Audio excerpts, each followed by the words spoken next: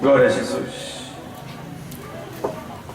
Eu saúdo a todo o povo de Deus com a paz do Senhor. Amém. Glória a Deus. Eu quero, nesse momento, convidar a igreja para abrir junto comigo a palavra de Deus, a sua Bíblia, no Evangelho escrito por João, no capítulo 3.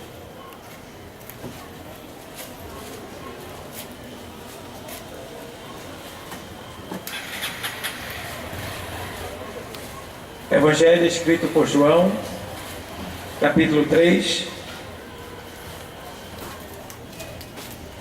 É um texto quase áureo dos cristãos, pois se refere a uma pessoa muito conhecida, que é o chamado príncipe entre os judeus, Nicodemos. Mas eu não quero falar sobre Nicodemos exclusivamente, mas sim sobre o novo nascimento, tá? Então diz assim: e havia entre os fariseus um homem chamado Nicodemos, príncipe dos judeus. Este foi ter de noite com Jesus e disse-lhe: Rabi, bem sabemos que és mestre vindo de Deus, porque ninguém pode fazer estes sinais que tu fazes se Deus não for com ele. Jesus respondeu e disse-lhe: na verdade te digo que aquele que não nascer de novo não pode ver o reino de Deus. Disse-lhe Nicodemos: como pode um homem nascer sendo velho? Porventura pode tornar a entrar no ventre de sua mãe e nascer? Jesus respondeu: na verdade te digo que aquele que não nascer da água e do Espírito não pode entrar no reino de Deus. Amém? Até aí. Obrigado, Deus, por essa palavra. Em nome de Jesus, se utilize dessa palavra e fale aos nossos corações. Amém. Vem uma chuvinha aí. Eu vou puxar o púlpito para cá.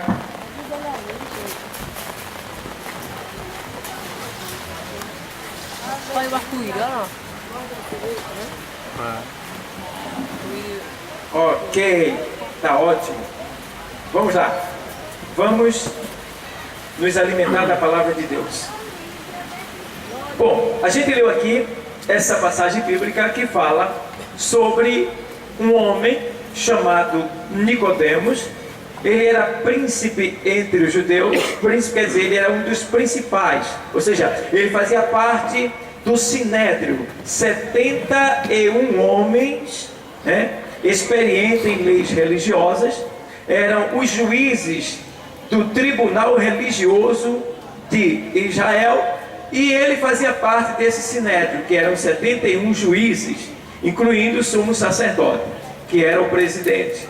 Então, este homem chamado Nicodemos, tá, junto com os demais juízes, companheiro de trabalho, ele começou junto com os outros a observar o comportamento de Jesus, as ações de Jesus, os feitos de Jesus. E a gente sabe muito bem que os judeus, eles sempre aguardaram a promessa de Deus, que era qual a promessa? A promessa de que um dia havia de nascer um Salvador da pátria, um Salvador do mundo, um Messias, um homem ungido, preparado por Deus para libertar o povo da escravidão. E eles aguardavam essa promessa milhares de anos, tá? E até então ela não tinha se cumprido. Mas Deus, ele deixou claro através dos profetas que quando esse homem surgisse, quando esse homem que seria o Messias, ele aparecesse, ele iria fazer sinais que homem nenhum jamais tinha feito, tá? Seriam sinais verdadeiros, sinais assim que eram permanentes, duráveis. tá? Então, aí é que começa aqui a história de Jesus e Nicodemos. Por quê? Porque Jesus começou a pregar o Evangelho naquelas redondezas, ali em Jerusalém, lá próximo ao templo. Ele sempre estava também no templo, e ele começou a despertar a atenção daqueles religiosos, daqueles sacerdotes, daqueles juízes, daqueles príncipes, pois ele fazia coisas que ao homem era impossível. Ele fazia coisas que o homem nunca tinha visto, como por exemplo, abrir os olhos de um cego de nascença, fazer um paralítico que estava há 38 anos ali parado, estagnado, né? Ali se rastejando. Ele fez o homem andar com uma só palavra. Ele fez o cego enxergar com uma só palavra. Ele fez uma mulher que tinha bico de papagaio, que andava encurvada, se endireitar com uma só palavra. Ele fez 2 cegos que lhe seguiram até a sua casa voltarem a enxergar com uma só palavra. Ele fez 10 leprosos serem purificados com uma só palavra e ordenança. Ele fez um leproso que se ajoelhou diante dele ser purificado também com uma só palavra. E Jesus, ele começou a pregar o amor de Deus, a falar do amor de Deus. E na medida que Jesus ia passando, por onde Jesus passava, o milagre ia acontecendo, de tal maneira que Jesus passava, aonde ele passava, o morto ressuscitava, o leproso era purificado, o cego enxergava, o surdo ouvia, o mudo falava, o coxo levantava, saltava, o triste se alegrava, o caído se levantava, o fraco se fortalecia. Então, aonde Jesus passava, as coisas não permaneciam do mesmo jeito, as coisas não ficavam do mesmo jeito, porque quando ele chegava, era para fazer a alegria reinar, era para fazer a mudança de vida. Ou seja, chegando diante de Jesus, não tinha como permanecer do mesmo jeito. E eu glorifico a Deus, porque até hoje é assim. Todos aqueles que chegam diante de Jesus e o recebem como Senhor da sua vida, assim como aqueles homens, assim como aquelas mulheres que alcançaram essa vitória, nenhum permaneceu do mesmo jeito. E assim é todo aquele que chega hoje ao encontro dele, próximo dele, sai transformado pelo poder da sua palavra. E eu gosto de uma certa vez, um homem, ele era centurião romano, e ele tinha um empregado, e esse empregado estava moribundo, ou seja, estava atormentado, estava doente ao ponto de agonizar, de ficar se mexendo, estava miseravelmente atormentado. E aí diz a palavra que aquele homem centurião, o senhor do escravo, do servo, descobriu que Jesus, ele curava, ele mudava a situação, e ele resolveu, mediante o que ele tinha ouvido acerca de Jesus, procurar Jesus.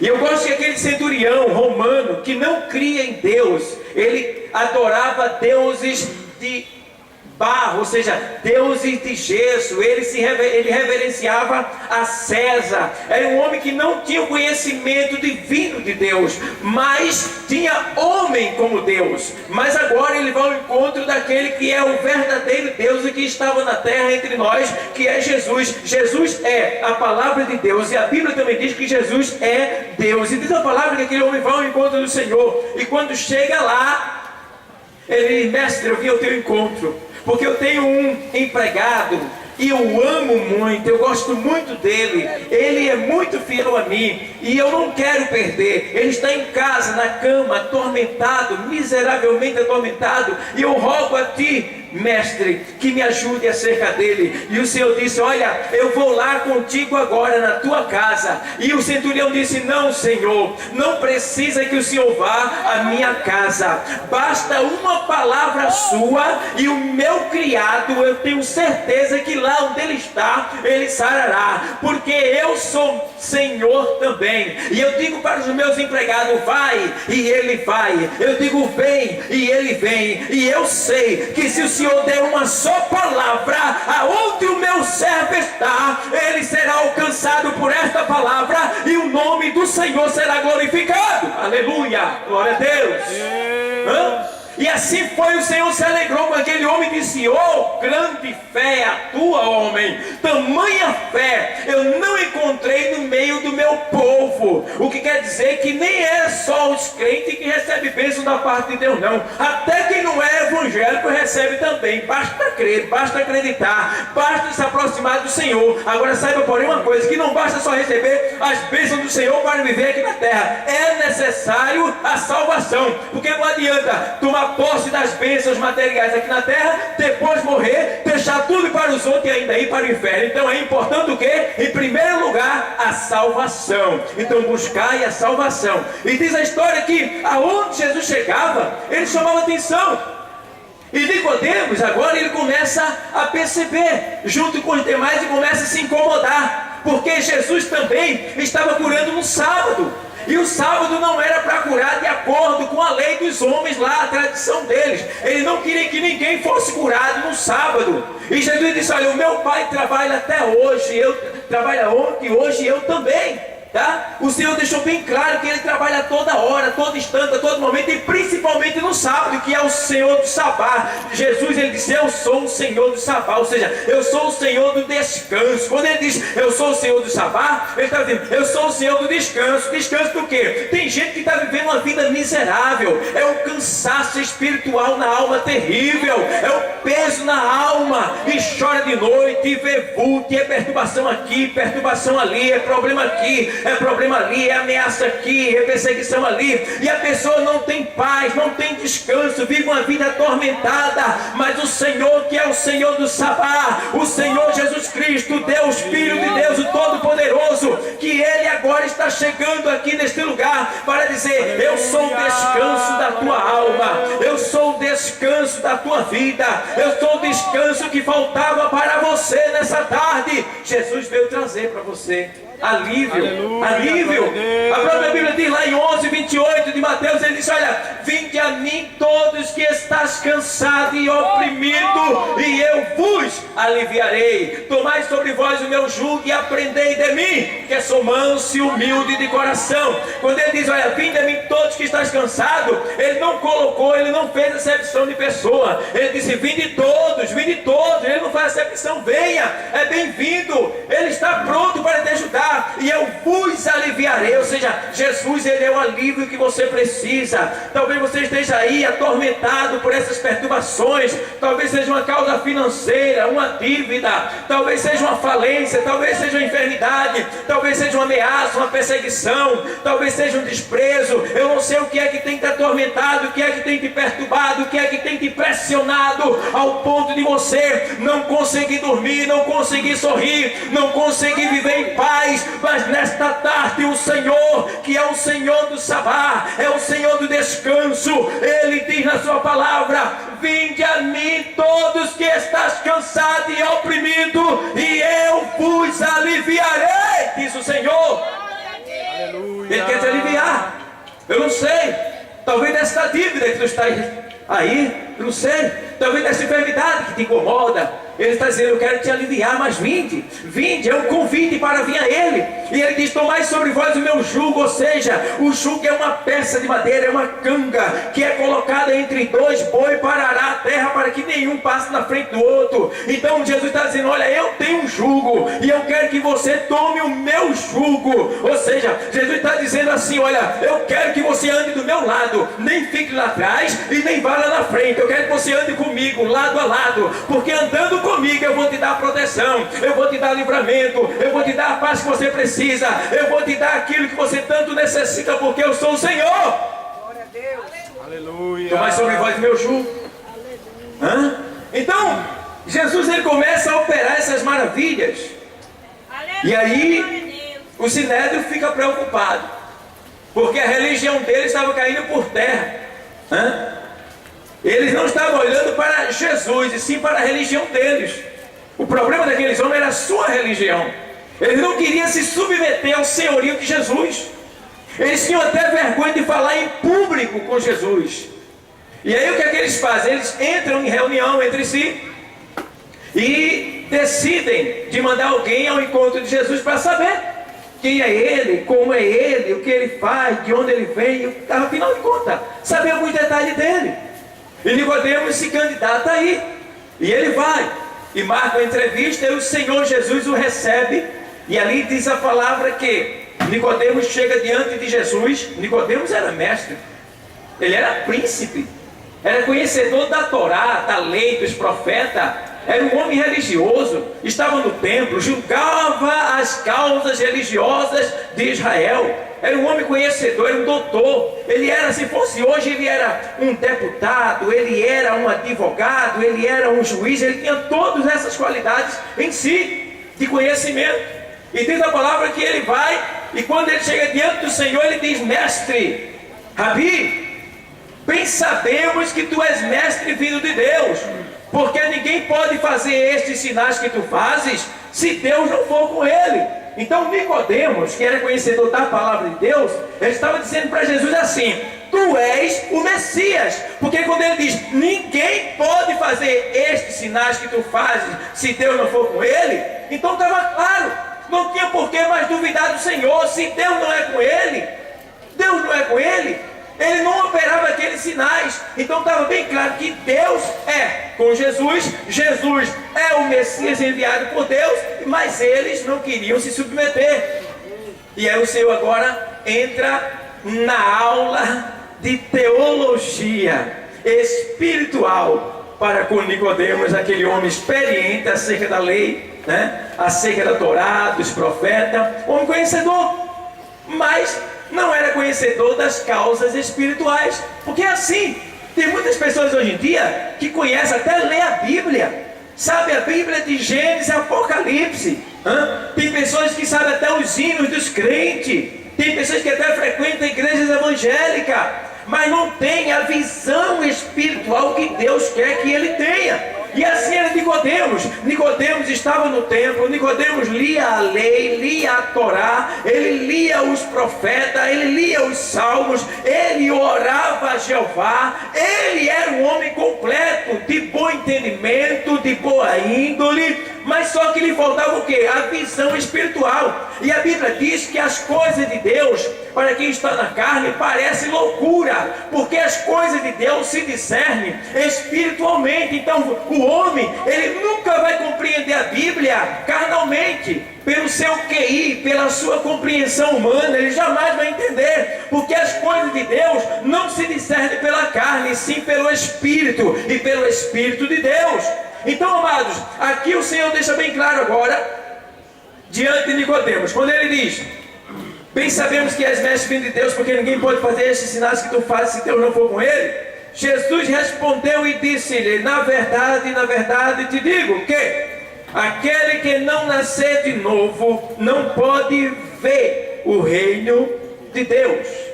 E agora Nicodemos se perturbou, porque o reino de Deus, se é um reino de Deus, então cadê ele? Onde é que ele está? Se é um reino, o reino tem reis, o reino tem súditos, o reino tem riqueza, tem ouro, tem dinheiro, Então tem guerrilheiros, o reino tem tudo isso.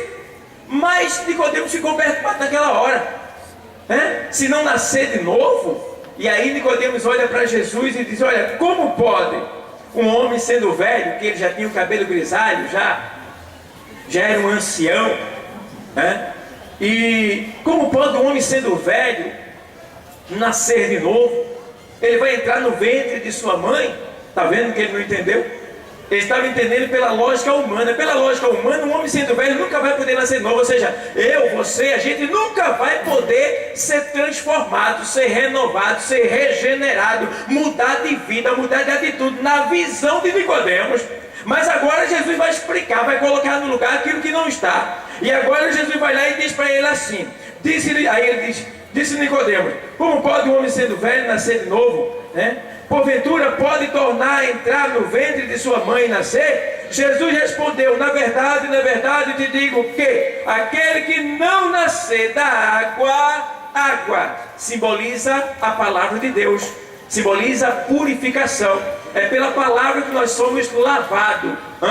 A própria Bíblia diz que quando o Senhor Jesus Cristo ele foi lavar lá em capítulo 13 de João, ele foi lavar os pés do discípulo. E quando ele chega para lavar os pés do discípulo, quando chega na vez de Pedro, Pedro diz: Senhor, tu não vai lavar os meus pés, eu não aceito. Aí o Senhor disse assim: olha, se eu não lavar os teus pés, tu não tem parte comigo. Aí Pedro diz: então me lava dos pés a cabeça. Ele diz: não, vós já estás limpo pela palavra que vos tenho falado. Ele diz: então é a palavra que nos lava, é a palavra que nos santifica.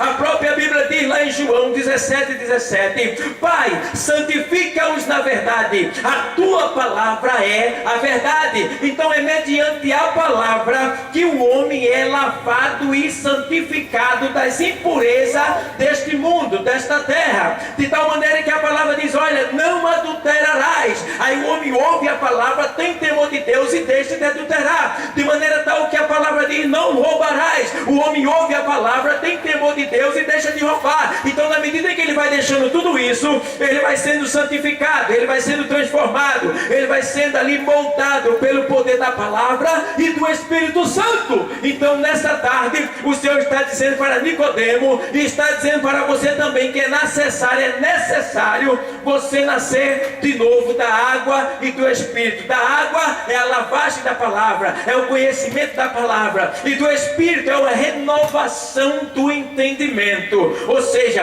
aquele velho homem interior, ou seja, aquela pessoa que só pensa coisas malignas, que só tem ódio de A, ódio de B, vontade de matar A, vontade de matar de B, vontade de se prostituir, vontade de fazer coisas horripilantes, aquela pessoa que tem a boca cheia de pornografia, que tudo que fala é um palavrão. E aí a pessoa, quando tem temor, depois de ouvir a palavra, recebe Jesus como Salvador, ele é lavado pelo poder da palavra e regenerado pelo poder do Espírito Santo de Deus, que faz uma renovação interior dentro dele, de tal maneira que aí o reino de Deus começa a aparecer na vida daquela pessoa. Porque o reino de Deus, ele não está visível exteriormente, o reino de Deus está dentro de nós, diz a palavra de Deus. E como é que a gente vê o reino de Deus? É quando alguém se aproxima do rei, recebe ele como Salvador, e aí muda de atitude. Então você vê que aquela pessoa, mediante as suas atitudes, mediante o seu comportamento, a sua linguagem, as suas vestes, a sua forma de comprar, de pagar, de vender, a sua forma de andar, de se vestir, é quando você vê que aquela pessoa que se aproximou do rei mudou de atitude, foi transformado, foi moldado no seu espírito, no seu íntimo, no seu interior. Aí todo mundo olha e diz: olha, aquele dali é um cristão, aquele dali é um servo de Deus, aquele dali é um verdadeiro salvo. Por quê? Porque foi transformado no seu interior. Então, o novo nascimento é essencial. O novo nascimento é necessário. O novo nascimento é absoluta a necessidade dele. Então, o homem natural é carnal. Veja, por exemplo, lá na carta aos Romanos 8, veja que o homem natural, o que é o homem natural? O homem natural é aquele homem que ainda não se converteu a Cristo, que ainda não aceitou a Cristo como Senhor da sua vida. Romanos 8, capítulo 8, verso 7, versículo 7 e versículo 8, diz assim: porquanto a inclinação da carne é inimizade contra Deus, pois não é sujeita à lei de Deus, nem em verdade o pode ser. Ou seja, a palavra de Deus está dizendo que a inclinação da carne é inimizade contra Deus. O que é a inclinação da carne? É quando a pessoa, ela só faz o que vem na sua mente. Ela só faz aquilo que lhe agrada. Ela não está preocupada com Deus, ela não está preocupada com Bíblia, ela não está preocupada com pastor, com igreja, com irmão, nem com testemunho. Ela está preocupada com ela. Então ali ela se inclina ao seu desejo, à sua vontade, ao seu querer, às suas paixões. Aí a palavra está dizendo: olha, portanto, a inclinação da carne é inimizade contra Deus. Ou seja,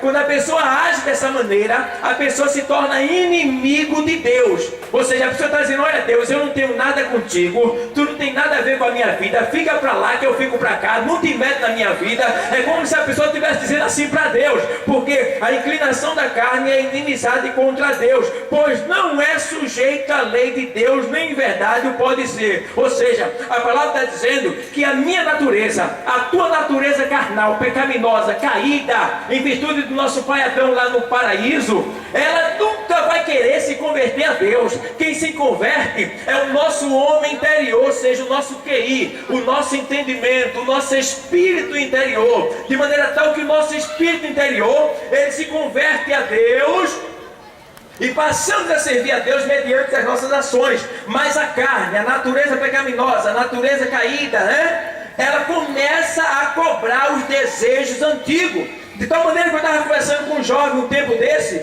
e ele disse: pastor, me ajude, eu sou crente, tenho feito de tudo, tenho lido a Bíblia, tenho pregado, tenho feito a vontade de Deus, tenho orado, eu tenho feito de tudo, mas aqui e ali vem a lembrança daquilo que eu fiz. Eu digo: meu filho, isso aí é normal que venha, você nunca vai se esquecer, e graças a Deus que você não esquece. Sabe por quê? Porque se você esquecesse, você correria o risco de passar por aqui de novo. Mas quando você se lembra, é bom. Por quê? Porque você sabe que aquilo foi mal, causou um grande prejuízo a você, e você não vai fazer de novo. Então faz o seguinte: te ocupa com as coisas de Deus, que tu vai conseguir vencer esta força negativa da tua natureza, e vai ser vitorioso em nome de Jesus.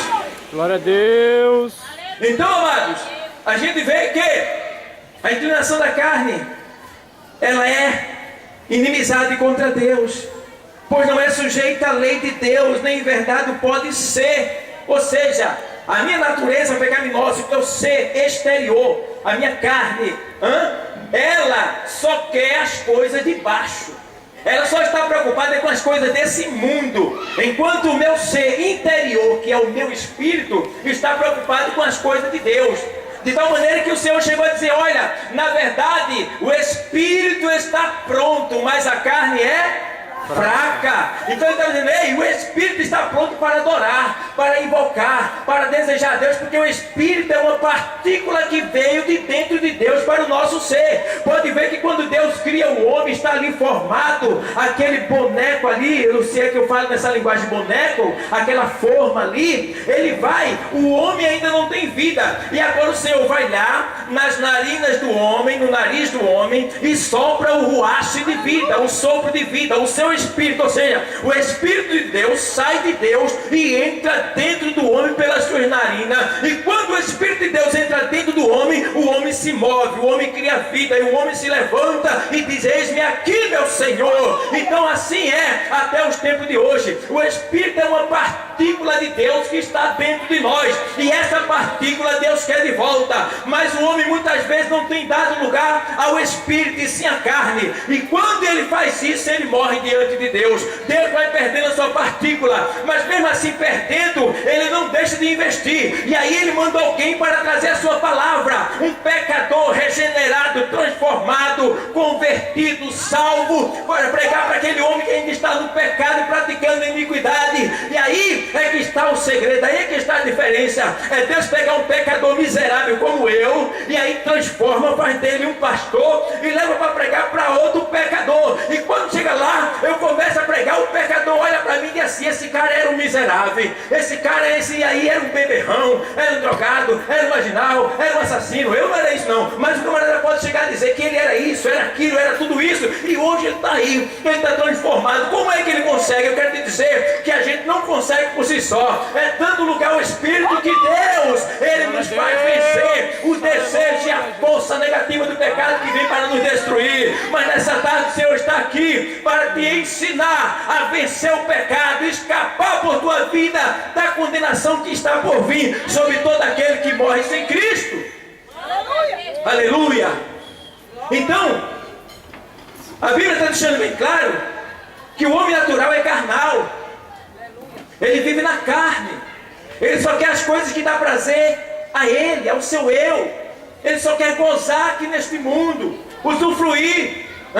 Tem pessoas que vivem tão na carne, sentem tanto prazer na carne, tem dinheiro, busca, que quando perde tudo que tem, como sabe que não vai poder mais viver naquele gozo de antigamente, pega um revólver e dá um tiro na cabeça, outro se joga debaixo do carro, outro toma veneno e morre. Meu Deus do céu, nessa tarde o Senhor Deus Todo-Poderoso enviou a sua palavra aqui para dizer que esse espírito de morte que está tentando te matar mediante os vícios das drogas, do alcoolismo, eu não sei do crime, eu não sei qual é a vida que tu está levando, mas a palavra que eu estou pregando, ela sabe, ela te conhece. Jesus te chama pelo teu nome nessa tarde, e ele diz: olha, eu estou repreendendo o espírito de morte na tua vida, para que tu tenha uma nova oportunidade de se converter, voltar para o teu Pai que é o Senhor e viver uma vida nova, uma vida de novidade, uma vida de alegria, uma vida de paz, uma vida de transformação para a glória de Deus.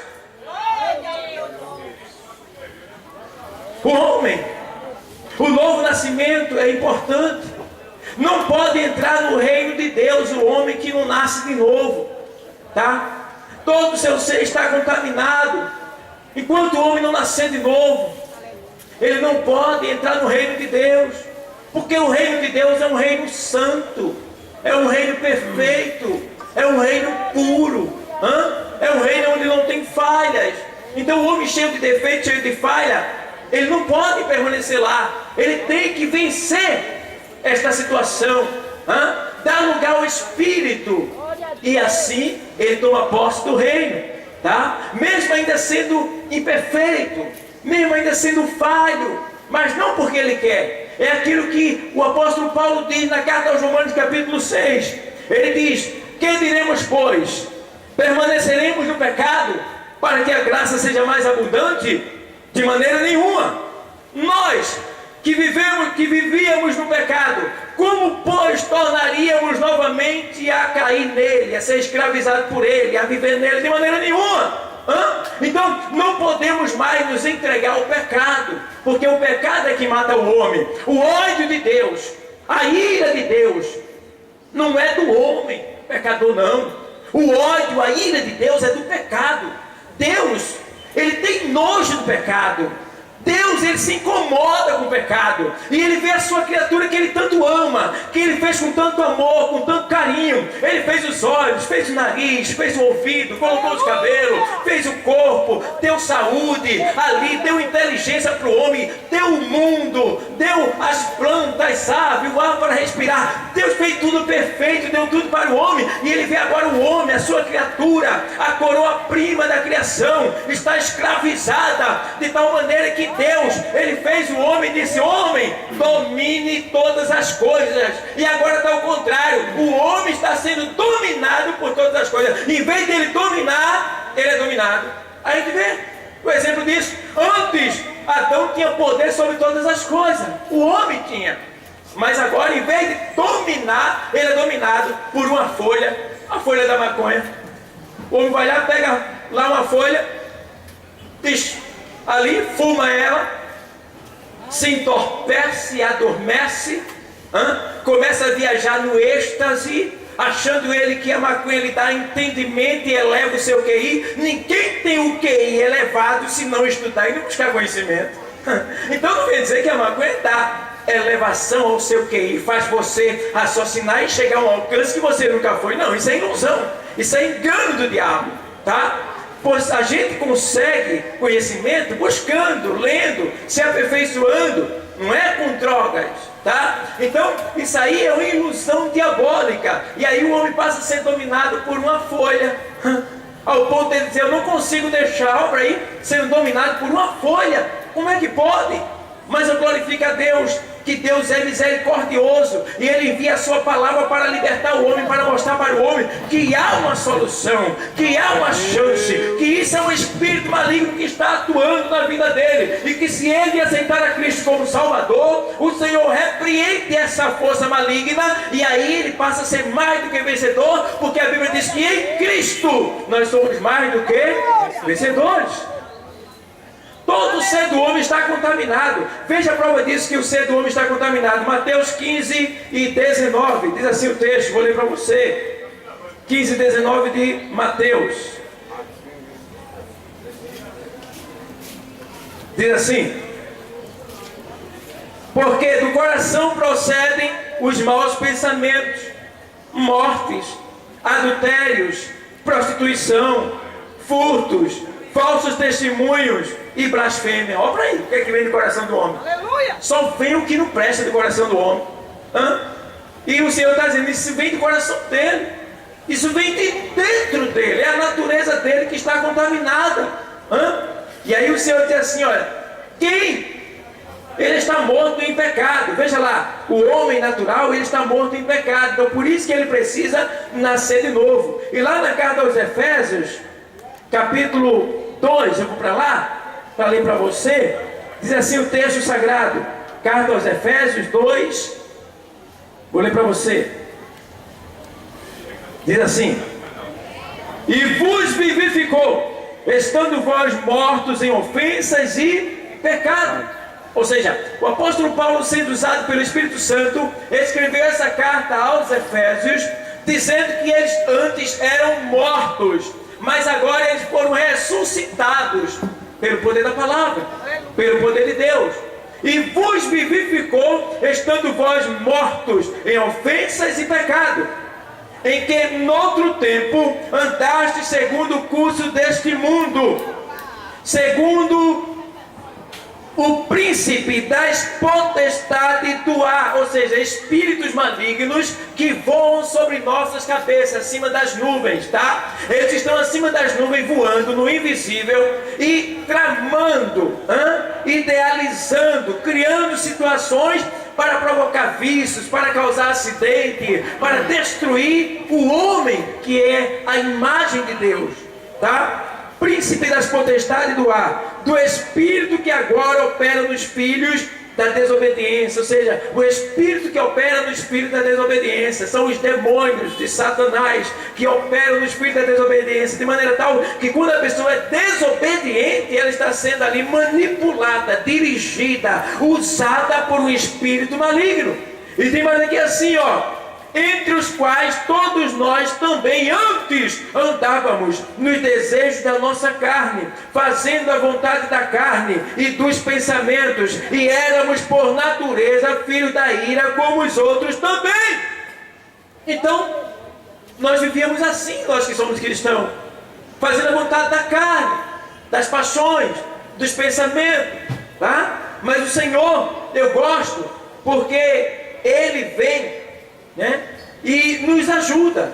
Quem nos ajuda para o novo nascimento? Agora a gente vai ver agora que a palavra viva de Deus, ela nos ajuda ao novo nascimento. É quando a gente ouve a palavra. Veja lá no Evangelho escrito por João, capítulo 1 e versículo 12 e 13, diz assim, vou ler para você. No 12 assim: mas a todos quanto receberam, deu-lhe o poder de serem feitos filhos de Deus, aos que creem no seu nome. Aí vem o segredo agora do novo nascimento, que é na medida que você crê, aí Deus te dá o direito de se tornar filho dele. E agora ele vem: os quais não nasceram do sangue, nem da vontade da carne, nem da vontade do varão, mas de Deus. Ou seja, não é um novo nascimento, ou seja, não é um nascimento carnal, não é um nascimento que acontece mediante uma relação sexual conjugal, não. É um novo nascimento espiritual que não depende do homem, não depende da carne, não depende do sangue, depende inteiramente de Deus. É Deus que provoca esse novo nascimento mediante a sua palavra. E ele diz mais assim aqui, ó: o próprio, ou seja, a palavra viva de Deus, ela nos faz sair, né? E lá em 1 de Pedro 1 e 23, diz assim o texto sagrado, vou ler para você. 1 de Pedro 1 e 23, diz exatamente assim o texto sagrado do Senhor. Ó, 1 e 23: sendo de novo gerados, não de semente corruptível, ou seja, que é o espermatozoide, é uma semente corruptível, tá? Sendo de novo gerados, não de semente corruptível, mas da incorruptível, pela palavra de Deus, viva e que permanece para sempre. Tá vendo? Então é um nascimento que você não morre nunca mais. Nasceu de novo, já está pronto para tomar posse da vida dela, já está de posse já. Tá? O que vai haver é uma separação do corpo, mas já está de posse da vida eterna, tá? E não é assim, não é de uma semente incorruptível, tá bom? E diz mais aqui ainda que o Senhor, o próprio Cristo, dele nós somos nascidos. 1 de João 2 e 29, 1 de João 2 e 29 diz assim, vou ler para você. Glória a Deus, aleluia. Diz exatamente assim: se sabeis que Ele é justo, Sabeis que todo aquele que pratica a justiça é nascido dele. Então, para provarmos que somos de Cristo, que somos dele, nós temos que ser justos. O que é ser justo? É ser honesto, é ser verdadeiro, é não andar com injustiça com ninguém, tá? Então, é Deus que age promovendo esse novo nascimento. O Espírito Santo também, ele promove esse nascimento. Está lá em João 3:6, diz assim, no Evangelho, escrito por João 3:6, diz exatamente assim, ó. Vou ler para você, glória a Deus. Toda honra e toda glória seja dada ao nome do Senhor. Vou ler aqui, 3:6. Ó. O que é nascido da carne, é carne. E o que é nascido do Espírito, é Espírito. Ou seja, de forma tal, ele está dizendo, quem é humano, quem nasce de uma mulher, de uma conjugação sexual, é carne, tá? E Deus não trabalha com a carne, não. Se bem que ele se utiliza de nós que estamos em carne. Mas lá em João 6:63, o Senhor diz, olha, o Espírito é o que vivifica, a carne para nada presta. E a própria Bíblia diz que do pó nós viemos, e ao pó tornaremos. Não é este corpo de carne que vai entrar no céu, é o corpo revestido, transformado pelo poder da palavra de Deus, que será soada quando o Senhor estiver voltando para nos buscar, porque daqui a pouco o Senhor está voltando, está chegando a hora. Jesus disse, olha, não se turbe o vosso coração, crede em Deus, crede também em mim. Na casa de meu Pai há muitas moradas. Jesus estava dizendo, na casa do meu Pai tem muitas moradas, porque se não tivesse morada lá, eu ia preparar lugar para vocês, e quando eu voltasse, vos buscaria, vos levaria para mim mesmo, para que aonde eu estiver, estejam vós também. Mas ele estava dizendo, na casa de meu Pai há muitas moradas. Então tem uma morada para você também lá. Isso é uma questão de crer, porque sem crer é impossível agradar a Deus, tá? Sem fé é impossível. O Espírito Santo é Ele que faz esse novo nascimento. Quais são as características do renascido? É uma nova criatura. Segunda carta aos Coríntios 5:17. Vamos ler. Glória a Deus, estou terminando já. Diz assim o texto sagrado, 5:17 da segunda carta aos Coríntios, diz exatamente assim: assim que se alguém está em Cristo, nova criatura é. As coisas velhas já passaram, eis que tudo se fez novo. Então, amados, não tem como escapar, tá? Nós que estamos em Cristo somos novas criaturas. Não tem mais como viver no velho eu. Eu sou crente, mas meu braço não é. Comigo é assim, esse é o meu jeito. Não! Quem se converteu, quem aceitou a Cristo, é uma nova criatura. Se ela é nova, então o comportamento é novo, a linguagem é nova, as roupas é nova, o lugar, tudo, o seu movimento, sua forma de agir, tudo é novo, está dizendo. Então não tem como viver nada do velho homem, nada da velha criatura. Eu me converti, mas tem um negócio em mim que ainda não saiu. Isso aí é do cão, joga fora, não presta não, porque isso pode te levar para o inferno. Então, tem mais aqui assim, possui nova vida. Romanos 6:4, carta aos Romanos 6:4. Glória a Deus, aleluia. Diz assim, olha, vou ler para você. Aleluia, meu rei. Romanos 6:4. 6:4 aos Romanos diz exatamente assim: de sorte que fomos sepultados com ele pelo batismo na morte. Ou seja, quando Cristo morreu, nós que somos dele estávamos morrendo com ele também, porque ele estava morrendo a nossa morte. Nós morremos com Cristo, tá? Então diz aqui assim, de sorte que fomos sepultados com ele pelo batismo na morte, para que, como Cristo ressuscitou dos mortos pela glória do Pai, assim andemos nós também em novidade de vida. Então Jesus morreu levando todos os nossos pecados, e nós com ele também, tá? Quando ele ressuscitou no corpo novo e transformado, e assim fomos nós também. nós ressuscitamos com Cristo.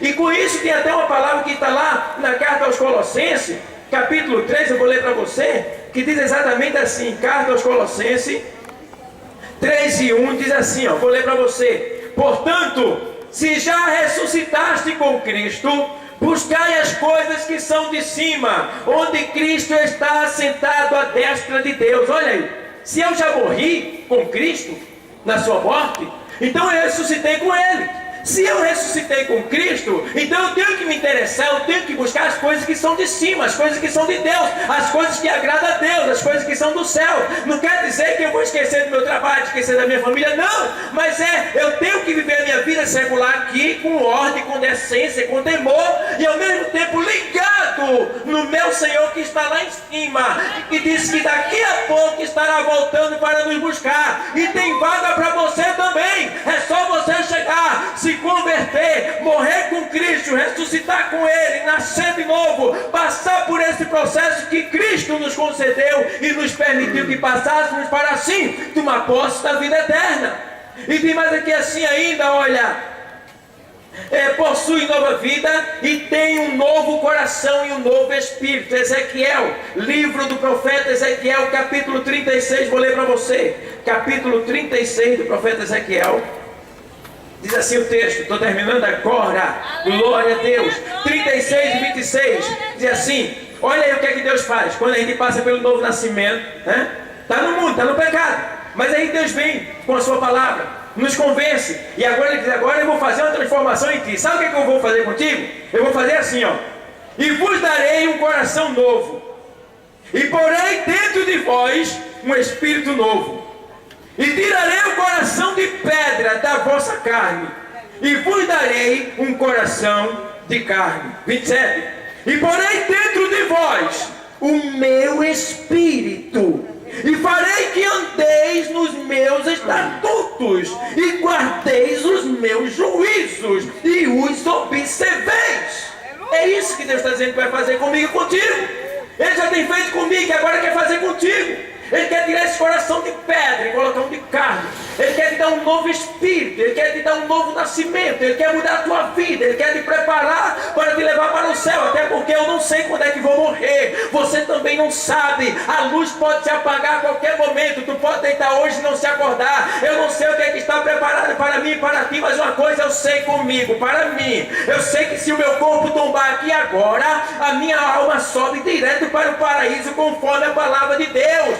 Mas você, será que tem essa convicção? Será que você tem essa certeza? Foi por isso que Deus nos trouxe aqui, para através de nós falar para o teu coração que você é especial, que você tem muito valor, que Ele te ama, que já enviou o seu Filho para morrer no teu lugar. Ele já foi sepultado, já ressuscitou, está à destra do Pai, intercedendo por mim e por você. E nessa tarde Ele está dizendo, olha, é possível que hoje seja o último dia da tua vida, é possível que hoje seja a tua última chance.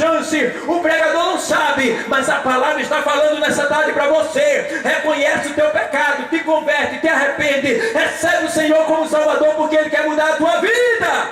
Glória a Deus. Aleluia! É de graça, não paga nada. É de graça, não paga nada, tá? Quem cobra as coisas é o homem, tá? Deus não cobra nada para salvar, não. É de graça a salvação. O ar que a gente respira é de graça. O sol é de graça. A chuva é de graça. As plantas é de graça. A terra é de graça.